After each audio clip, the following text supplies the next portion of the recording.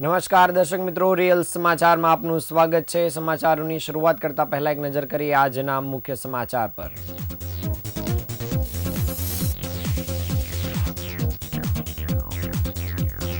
રત્ન કલાકારોના 50,000થી વધુ બાળકોને શિક્ષણ માટેની ફ્રી સહાય 15 દિવસમાં ચૂકવવાની જાહેરાત। સગીરાને નશાકારક પદાર્થો આપીને 10 દિવસમાં 2 વાર વેચી નાખનાર પાડોશીઓ પકડાયા।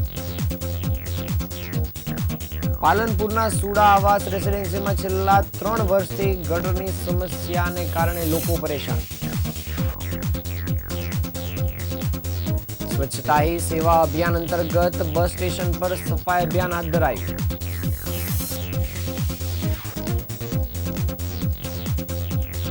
શાંતિનિકેતન વૃદ્ધાશ્રમમાં સુરત પોલીસની સી ટીમ દ્વારા નવરાત્રી પર્વની ઉજવણી કરાઈ। સુરતમાં દશેરા માટે રાવણ બનાવવાની કામગીરી શરૂ। 70 ફૂટનો રાવણ બનાવવામાં આવશે।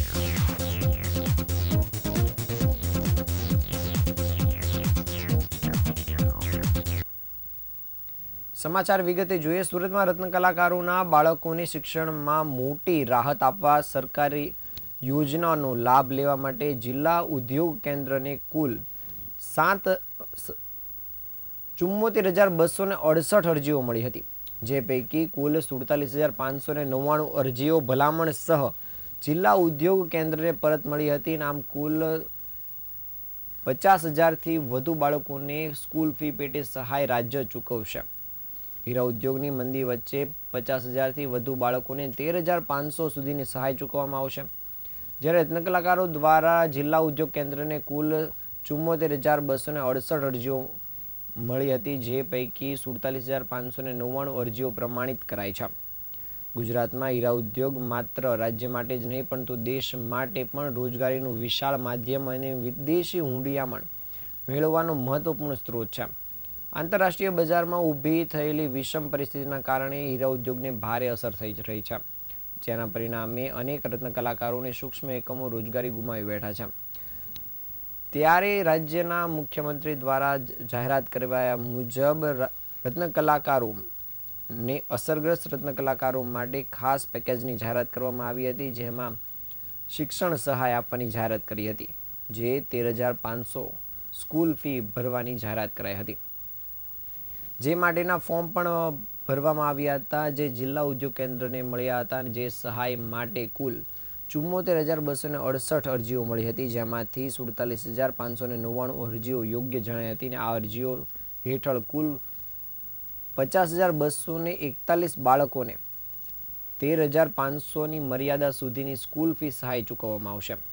સુરતમાં અસરગ્રસ્ત રત્ન કલાકારોની બહોળી સંખ્યાને ધ્યાનમાં રાખી કલેક્ટરની અધ્યક્ષતામાં બેઠેલી સમિતિની બેઠકમાં નક્કી કરાયું હતું કે સ્કૂલો દ્વારા રત્ન કલાકારોને યોજનાની જાણકારી આપવામાં આવશે, તેમજ રત્ન કલાકારોને સુરત ડાયમંડ એસોસિએશન પાસેથી ભલામણપત્ર મેળવવા ફરજિયાત ન રહે તે માટે જિલ્લા ઉદ્યોગ કેન્દ્ર દ્વારા સીધા જ એસોસિએશન સાથેની જરૂરી ભલામણ મેળવી લેવામાં આવશે। જે બાદ આજ રોજ આ તમામ બાબતે પત્રકાર પરિષદને સંબોધિત કરવાની સાથે માહિતી આપવામાં આવી હતી।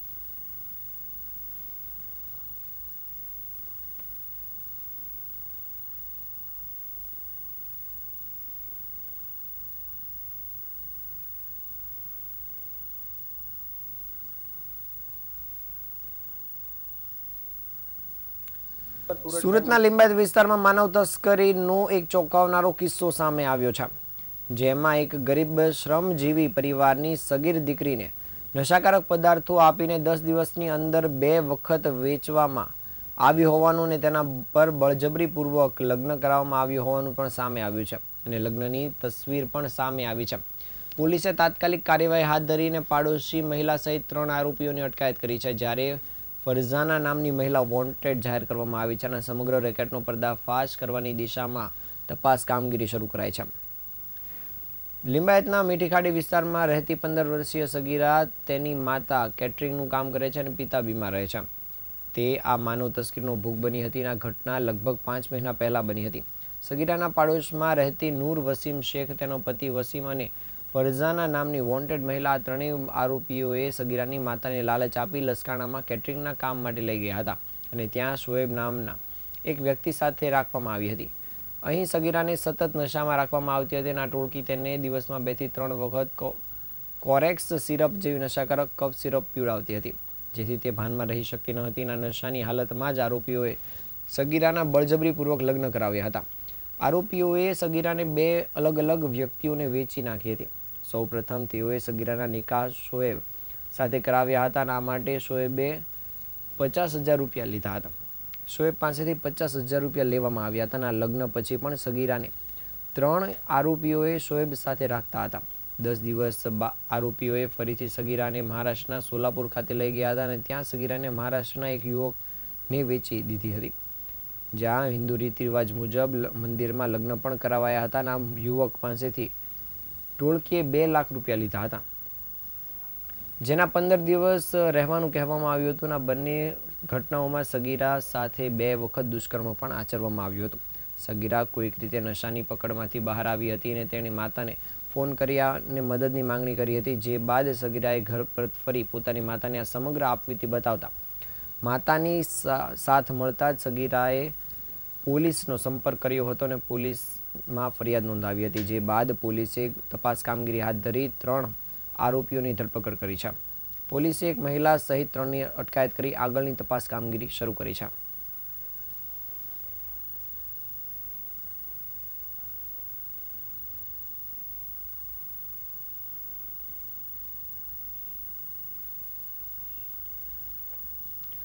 પાલનપુર ગામની સીમ પર આવેલી સુડા આવાસ રેસિડેન્સી છેલ્લા 3 વર્ષથી ગટરની સમસ્યાની ગંભીર સમસ્યાનો ભોગ બની રહી છે.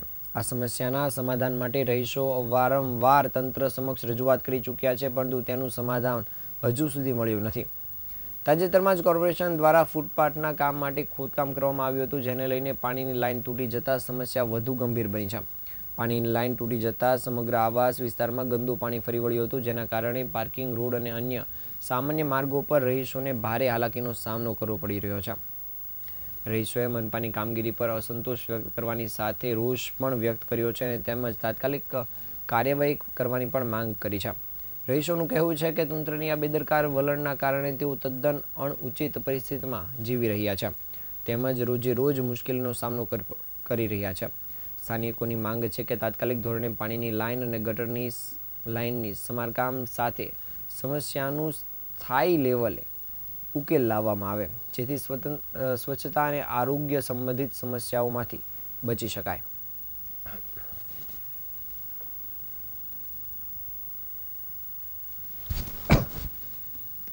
કાલકે બિલ્ડિંગ નંબર 6 માં સોડા આવાસમાં રહું છું.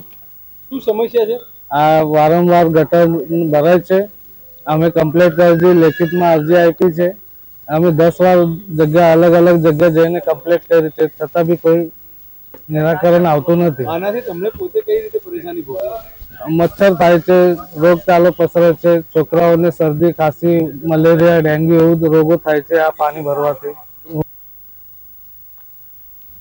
સુરતના સેન્ટ્રલ બસ સ્ટેશન ખાતે સ્વચ્છતા હી સેવા અભિયાન અંતર્ગત સ્વચ્છતા પખવાડિયાની ઉજવણી કરવામાં આવી હતી. આ પ્રસંગે ધારાસભ્ય પ્રવીણભાઈ ઘોઘારી તેમજ કાંતિભાઈ બલર ઉપસ્થિત રહ્યા હતા. કાર્યક્રમમાં સાફ સફાઈ કરી ત્યારબાદ તમામ સફાઈ કર્મચારીને પુષ્પ આપી સન્માન પણ કરાયું હતું. સુરત શહેરના બસ સ્ટેશન ખાતે મોટી સંખ્યામાં મુસાફરોની અવરજવર રહેતી હોય છે, ત્યારે સુરતના આ સેન્ટ્રલ બસ સ્ટેશન ખાતે આજે સ્વચ્છતા હી સેવા અભિયાન અંતર્ગત સ્વચ્છતા પખવાડિયાની ઉજવણી કરવામાં આવી હતી. આ પ્રસંગે ધારાસભ્ય પ્રવીણભાઈ ઘોઘારી તેમજ કાંતિભાઈ બલર ઉપસ્થિત રહ્યા હતા. આ કાર્યક્રમમાં એસટી બસના વિભાગીય તાંત્રિક ઇજનેર J N. Bhamre, depot engineer P T. Patel, ATS Z M. Shaikh તેમજ અન્ય સ્ટાફ અને યુનિયનના આગેવાનો દ્વારા સ્વચ્છતા કાર્યક્રમમાં ભાગ લેવામાં આવ્યો હતો. ત્યારબાદ તમામ સફાઈ કર્મચારીને પુષ્પ આપી સન્માનિત કરાયા હતા. ઉલ્લેખનીય છે કે અગાઉ પણ સુરતના સેન્ટ્રલ બસ સ્ટેશન ખાતે સ્વચ્છતા પખવાડિયાની ઉજવણી અંતર્ગત રેલી યોજવામાં આવી હતી અને લોકોને સ્વચ્છતા પ્રત્યે જાગૃત કરવામાં આવ્યા હતા.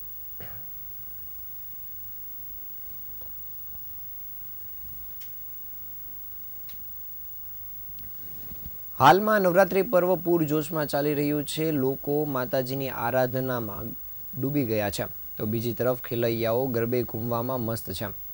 ત્યારે આજરોજ અડાજણ પોલીસ સ્ટેશનની સી ટીમ દ્વારા શાંતિનિકેતન વૃદ્ધાશ્રમના વૃદ્ધોને માટે વિશેષ નવરાત્રિ કાર્યક્રમનું આયોજન કરવામાં આવ્યું હતું. તેઓને ગિરિરાજ શેરી ખાતે આયોજિત ગરબા મહોત્સવમાં હાજરી આપવામાં આવી હતી, જ્યાં વૃદ્ધોએ આનંદપૂર્વક ગરબામાં ભાગ લીધો હતો. આ અવસરે વૃદ્ધો દ્વારા ભક્તિભાવપૂર્વક માતાજીની આરતી પણ કરવામાં આવી હતી અને કાર્યક્રમને વધુ યાદગાર બનાવવા માટે તેમના માટે વિશેષ નાસ્તાની વ્યવસ્થા પણ કરવામાં આવી હતી. તો બીજી તરફ વૃદ્ધોએ અડાજણની સી ટીમની સાથે તેમજ સ્થાનિક નાગરિકો સાથે ગરબે લઈ માતાજીની આરાધના કરી હતી. આ કાર્યક્રમનો ઉદ્દેશ વૃદ્ધોને સમાજ સાથે જોડવાનો અને તેમને ખુશીનો એક ક્ષણ આપવાનો હતો. સી ટીમ દ્વારા આવો સમાજ સુખી અને માનવીય પ્રયાસ કરવાના કારણે લોકોએ તેને વધાવ્યો હતો.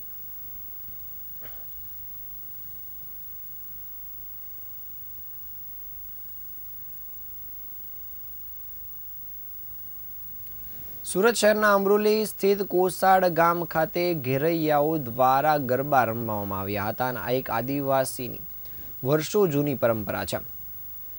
હાલમાં નવરાત્રિ મહોત્સવ ચાલી રહ્યો છે અને ખેલૈયાઓ મન મૂકીને ગરબે ઘૂમી રહ્યા છે. ત્યારે સુરતના અમરોલી સ્થિત કોસાડ ગામ ખાતે ઘેરૈયાઓ ગરબે ઘૂમ્યા હતા. ઘેરૈયાઓ આદિવાસી સમાજનું વર્ષો જૂનું પારંપરિક નૃત્ય છે. ઘેરૈયાઓ દ્વારા ફળિયામાં ગરબા રમીને માતાજીની આરાધના કરવામાં આવે છે. ઘેર એટલે ગોળ ફરવું અને આદિવાસીઓનું આ પરંપરાગત નૃત્ય છે અને તે પ્રકૃતિના આભાર વિધિ માટે માનવામાં આવે છે. ઘેર એટલે ગોળ ફરવું તે અર્ધનારેશ્વર સ્વરૂપ લઈ ઘેરૈયાઓ હાથમાં દાંડિયા લઈ માતાજીની આરાધના કરે છે. ત્યારે અમરોલી વિસ્તારમાં કોસાડ ખાતે ઘેરૈયાઓ દ્વારા ગરબા લઈ માતાજીની આરાધના કરવામાં આવી હતી.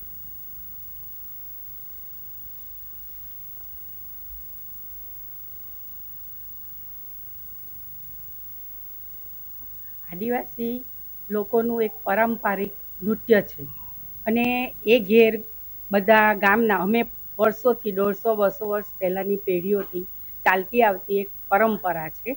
એ અમારા ઘરે આવીને, અમારા ફળિયામાં આવીને કે ગામમાં આવીને એ લોકો ઘેર રમે છે. ઘેર એટલે સમૂહમાં વચ્ચે એમના જે પ્રમુખ હોય તેના આદેશથી ગોળ ફરવું. ગોળ ફરીને એ લોકો માતાજીની આરાધના કરે છે, ઘરમાં ગરબા ગાય છે અને એ આગળ જતાં એ આપણી જે સાંસ્કૃતિક છે, જે આપણી પરંપરા છે, જે હિન્દુઓની જે પ્રાચીન પરંપરાને એ લોકો આગળ ધપાવે છે.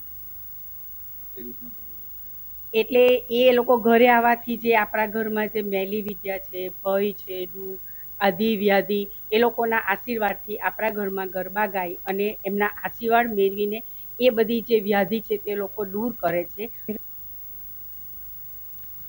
સુરત શહેરમાં આવનારા દશેરા તહેવારને માટે રાવણ દહનની તૈયારીઓ પૂરજોશમાં શરૂ થઈ ગઈ છે.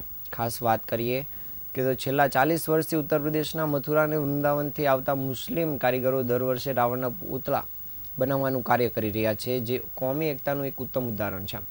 આ વર્ષે સુરતમાં લગભગ 70 ફૂટ ઊંચું રાવણનું પૂતળું તૈયાર કરવામાં આવી રહ્યું છે અને 12 જેટલા મુસ્લિમ કારીગરો દિવસ રાત મહેનત કરીને 15 દિવસથી વધુ સમયથી આ વિશાળ પૂતળું બનાવવામાં લાગેલા છે. કુલ 40 દિવસથી આ કાર્ય ચાલુ છે. દશેરાના દિવસે રાવણ દહનના કાર્યક્રમના ભવ્ય આતશબાજી યોજવાની પણ તૈયારી છે, જે લોકો માટે આકર્ષણનું કેન્દ્ર રહેશે. આ કારીગરો માત્ર રાવણનું પૂતળું બનાવી રહ્યા નથી, પરંતુ કોમી એકતા અને સાંપ્રદાયિક સુમેળની જીવંત મિસાલ પણ કાયમ કરી રહ્યા છે. તેમના પૂર્વજો એટલે કે બાપ દાદાના સમયથી જ તેઓ સુરતમાં આવીને આ કાર્ય કરતા રહ્યા છે.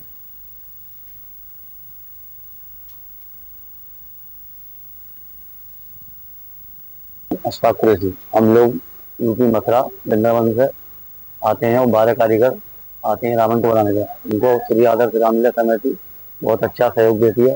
उनका ही काम करते हैं. 40 वर्ष से सूरत के अंदर कंटिन्यूस लगातार आ रहे हैं और 65 फुट का 70 फुट का पुतला यहाँ नंदगिरी ग्राउंड के सामने चमकी में जलाया जाएगा और इसके अलावा आतिशबाजी 1 घंटा प्रोग्राम आकर के देखने को सबको मिलेगा. मेरा नाम સુરત શહેર ક્રાઇમ બ્રાન્ચે એક મોટા સાયબર ફ્રોડનો પર્દાફાશ કર્યો છે, જેમાં રાજસ્થાનના અજમેરમાં એક મહિલા પ્રોફેસર પાસેથી ડિજિટલ અરેસ્ટના નામે 7,50,000 પડાવી લેવામાં આવ્યા હતા અને આ ગુનામાં સંડોવાયેલા મુખ્ય આરોપી હિતેશની સુરતના જહાંગીરપુરા વિસ્તારમાંથી ઝડપી પાડવામાં આવ્યો છે. ડિજિટલ એરેસ્ટની મોડસ ઓપરેન્ડિંગ રાજસ્થાનના અજમેર સાયબર ક્રાઇમ પોલીસ સ્ટેશનમાં નોંધાયેલી ફરિયાદના આધારે ઉકેલવામાં આવી છે. મહિલા પ્રોફેસર દ્વારા રાજસ્થાનના અજમેરમાં ફરિયાદ આપવામાં આવી હતી, જેમાં કોલ કરનારે તેમણે જણાવ્યું હતું કે તેમના નામે એક સિમ કાર્ડ ઇસ્યુ થયું છે, જેનો ઉપયોગ હરેસમેન્ટના મેસેજ માટે કરવામાં આવે છે. ત્યારબાદ ઓનલાઈન વિડીયો કોલ કરી તેઓ પોતાને સીબીઆઈ ઓફિસરની ઓળખ આપવામાં આવી હતી અને ધાકધમકી આપી તેમને પાસેથી 7,50,000 રૂપિયા પડાવી લેવામાં આવ્યા હતા. અજમેર સાયબર ક્રાઇમ પોલીસ દ્વારા તપાસ દરમિયાન આ ગુનામાં ઉપયોગમાં લેવાયેલ બેંક એકાઉન્ટ સુરતના હિતેશ ધોડિયાવાલાનું હોવાનું બહાર આવ્યું હતું. આ માહિતી મળતા જ સુરત ક્રાઇમ બ્રાન્ચની વાહન ચોરી સ્ક્વોડની ટીમ દ્વારા મળેલી બાતમીના આધારે જહાંગીરપુરાના ડોક્ટર પાર્ક રોડ પરથી આરોપી હિતેશને ઝડપી પાડવામાં આવ્યો હતો.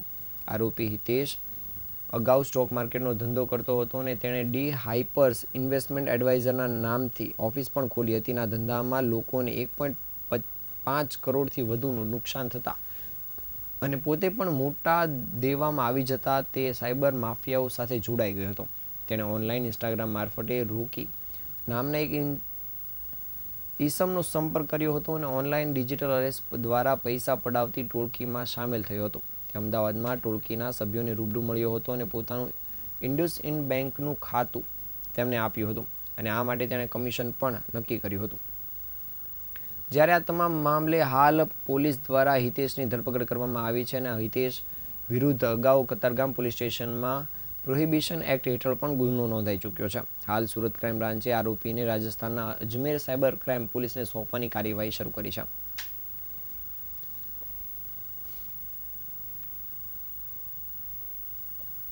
સુરત જિલ્લાની તમામ શાળાઓ અને સુરત શહેરની શાળાઓ વચ્ચે દક્ષિણ ઝોન કક્ષાની શાળા બેન્ડ સ્પર્ધાનું આયોજન કરવામાં આવ્યું હતું. આ સ્પર્ધામાં પ્રથમ ક્રમે આવનાર શાળાઓની કુમાર અને કન્યા વિદ્યાર્થીઓની બેન્ડ રાજ્ય કક્ષાની સ્પર્ધામાં ભાગ લેશે.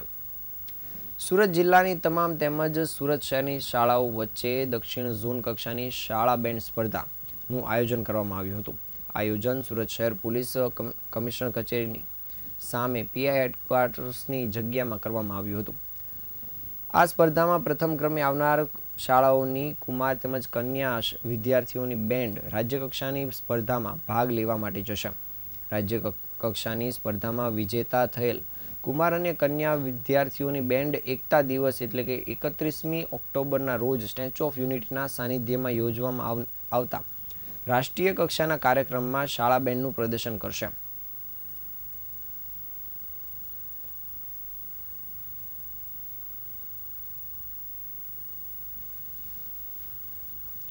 શહેરના કાપડ વેપારમાં થયેલ મોટા પાયે છેતરપિંડીના એક કેસમાં પોલીસને મોટી સફળતા મળી છે. 26 લાખ રૂપિયાની છેતરપિંડી કરનાર એક શખ્સને સુરત પોલીસે ઝડપી પાડી લીધો છે. આ બનાવમાં ફરિયાદી કાપડ વેપારીએ સારોલી પોલીસ સ્ટેશનમાં ફરિયાદ નોંધાવી હતી, જેના આધારે પોલીસે તપાસ કામગીરી કરી આરોપીને ઝડપી પાડ્યો છે. મળતી માહિતી અનુસાર 3 કાપડ વેપારીઓએ દલાલના માધ્યમથી ફરિયાદી પાસેથી ગ્રે કાપડની ખરીદી કરી હતી. જો કે આપેલ માલથી 26 લાખ રૂપિયાની ચૂકવણી તેઓએ ટાળી દીધી હતી અને રકમ ચૂકવવાની તૈયારી ન બતાવતા આર્થિક છેતરપિંડીનો ભોગ બનેલા ફરિયાદીએ પોલીસ સ્ટેશનમાં ફરિયાદ આપી હતી, જેના આધારે પોલીસ દ્વારા તપાસ કામગીરી શરૂ કરવામાં આવી હતી અને સારોલી પોલીસ મથકના સ્ટાફે તપાસ કામગીરી શરૂ કરતા જ મળેલી બાતમીના આધારે આરોપીની ધરપકડ કરી છે. પોલીસે ધીરજ કોઠારીની ધરપકડ કરી છે અને હાલમાં કેસમાં સંડોવાયેલા અન્ય 3 આરોપીઓની શોધખોળ ચાલી રહી છે.